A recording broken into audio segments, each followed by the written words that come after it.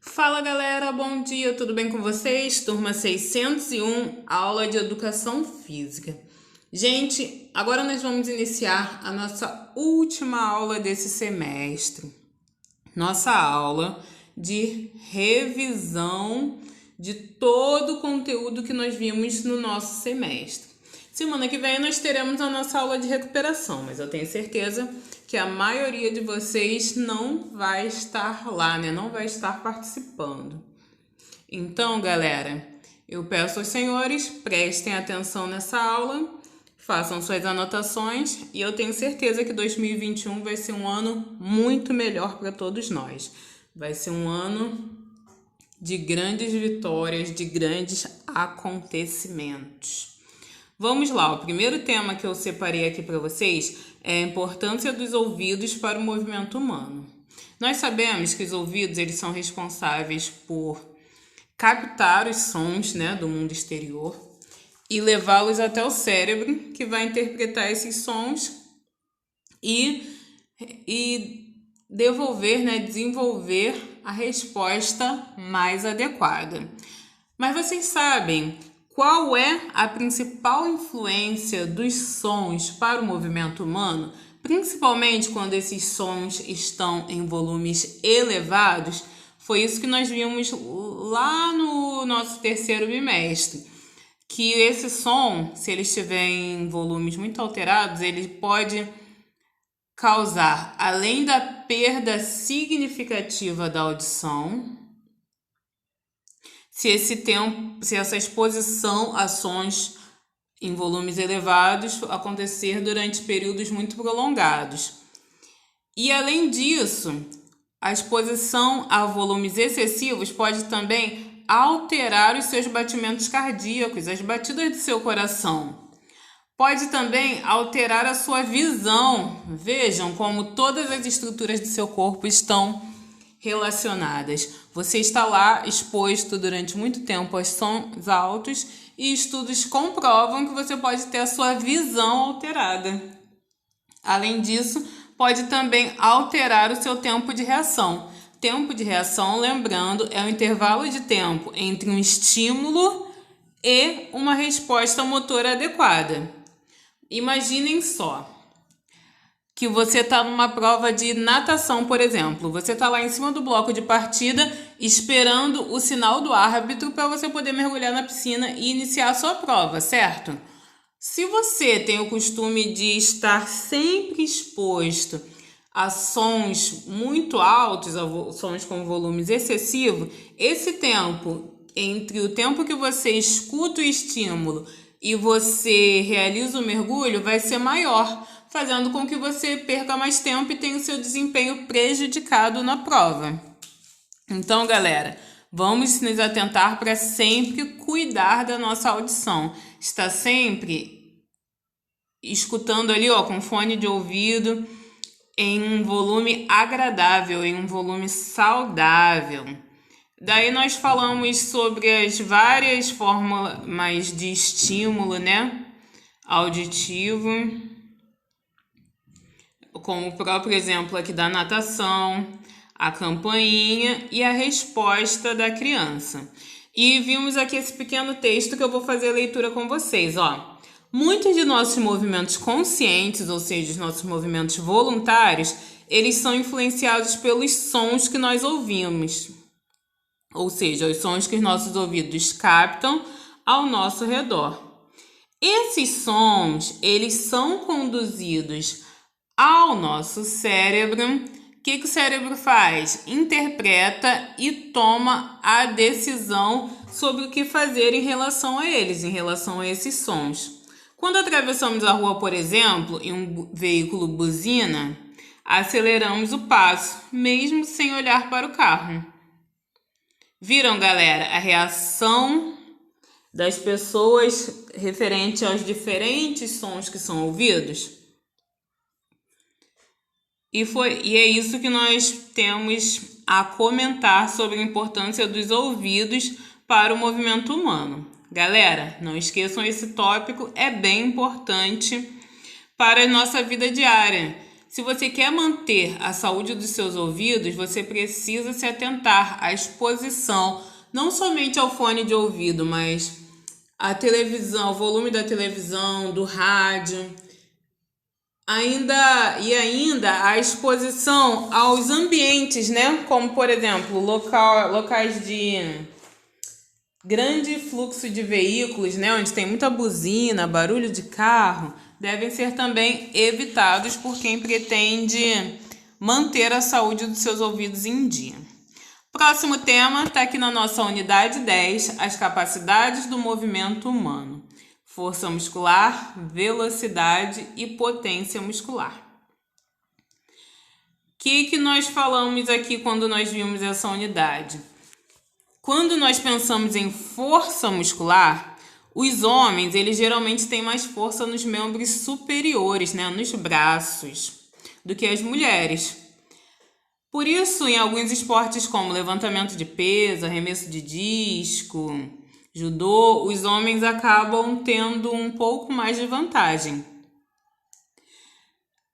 E no tênis, por exemplo, a diferença de força é visível, porque a potência do saque feminino é de 210 km por hora, mas o masculino é de 250. Por quê? Porque os homens apresentam um pouco mais de força nos membros superiores, enquanto as mulheres apresentam um pouco mais de flexibilidade. Por isso, muitas vezes, as mulheres apresentam melhor desenvoltura em atividades de dança, ginástica e atividades que exijam um pouco mais da flexibilidade, certo? E falou aqui da potência de saque, justamente a capacidade uma das capacidades que nós vamos ver nessa unidade. Potência muscular nada mais é do que a capacidade de combinar força e velocidade em um único movimento. Mas vamos lá. Temos aqui, ó, que nós destacamos na nossa aula regular, né? As capacidades do movimento. O que são as capacidades do movimento, galera? Vocês lembram? As capacidades do movimento são as características que o movimento apresenta. São as características que um movimento vai demonstrar. Enquanto um movimento vai ser mais rápido, outro movimento vai ter mais força, outro movimento vai ter mais agilidade. É a característica principal, a característica mais notável de um movimento. Ou ainda as qualidades que esse movimento vai expressar. E aqui nós temos a definição da primeira capacidade do movimento, a velocidade, que está aqui sendo ilustrada por essas pessoas entrando no mar, né? A velocidade do movimento é a capacidade de cobrir uma distância curta no menor tempo possível.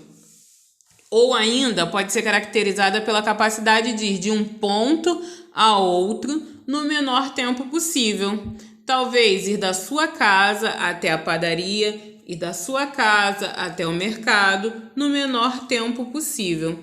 Então, velocidade é a capacidade de ir de um ponto a outro no menor tempo possível. Ou ainda, como está aqui no nosso livro, é a capacidade de cobrir uma distância curta no menor tempo possível.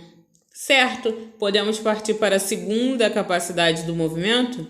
Não, antes vamos falar de alguns exemplos onde nós podemos destacar a velocidade como a principal característica do movimento em algumas situações.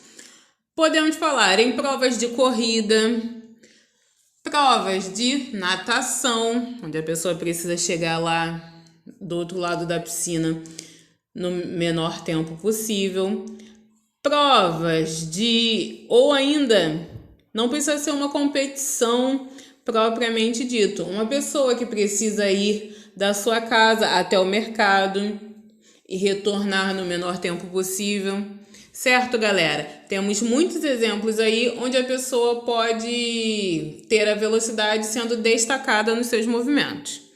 Vamos partir agora sim para a segunda capacidade do movimento, a capacidade que está aqui, ó, força muscular.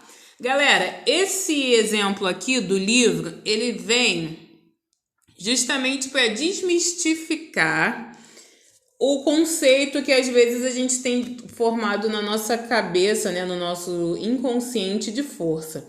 Quando nós pensamos em força muscular, às vezes, o que vem na nossa cabeça? Um atleta olímpico, né, cheio de músculo, levantando aquelas barras pesadíssimas. Ali, nós temos certeza que a força muscular está presente. Mas a força, ela não está presente somente nesse momento. Em atividades simples do nosso dia a dia, como por exemplo esse rapaz aqui que está segurando o livro, nós podemos perceber a força muscular sendo desenvolvida. E nós temos aqui a definição dessa capacidade. A força muscular está presente quando um determinado grupo de músculos se contrai, permitindo a realização do movimento. Então, nós vemos a força muscular quando um determinado grupo de músculos se contrai. Força muscular pode ser ainda definida como a capacidade do movimento de contrair ou ativar os músculos. É a capacidade de contrair ou de ativar os músculos. Então, nós temos aqui força muscular. Certo, galera? Dando sequência, nós temos a terceira capacidade, que como eu falei lá na frente, né, quando nós falamos da potência do saque, nós falamos da união de duas outras capacidades, da união da velocidade com a força. Quando eu junto, quando eu faço a junção da velocidade com a força muscular em um único movimento, eu tenho um movimento de potência muscular. E tenho aqui, ó, a capacidade, a definição dessa capacidade do movimento, que é a potência. Eu vou ler com vocês. É a capacidade de realizar um movimento com muita força o mais rápido possível. Então, potência muscular é a capacidade de realizar um movimento com muita força o mais rápido possível. Certo, galera? Então, essas são as 3 últimas capacidades do movimento. Foram as 3 primeiras que nós vimos. Certo?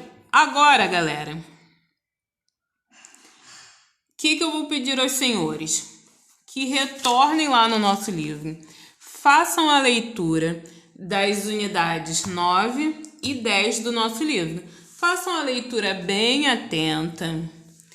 Destaquem alguns pontos que por acaso vocês tenham tido alguma dúvida e enviem para mim. Eu peço aí, se vocês tiverem alguma dúvida, né, que a gente conversa, a gente tem essa semana aí para esclarecer qualquer dúvida que você tenha. Se você quiser mandar também lá no WhatsApp ou na descrição aqui do vídeo do YouTube qualquer comentário, alguma coisa que você tenha achado, que você queira comentar. Até se você não achou nada, você pode comentar aí, para a gente poder encerrar esse bimestre de maneira bem satisfatória também. Vou pedir aos senhores também que verifiquem, nós fizemos 100% do nosso livro. Terminamos todas as atividades. E lá no plural, vocês têm também nos nossos materiais complementares em slides a correção dessas atividades. Além de ter a correção também na tela, né, onde você consegue dar o pause e fazer a conferência, né, ali do que for necessário. Então, galera, completem o seu material, façam as suas atividades e eu espero que vocês tenham aí um bom descanso, né? Quem conseguiu concluir já as suas atividades no período, nessa primeira oportunidade. Eu desejo que vocês tenham um bom descanso, um bom recesso, que todos vocês sigam em paz, se cuidem e ano que vem estamos de volta aí, se Deus quiser, em condições bem melhores do que foi 2020. Certo, galera? Um grande abraço para vocês. Fiquem com Deus e até logo.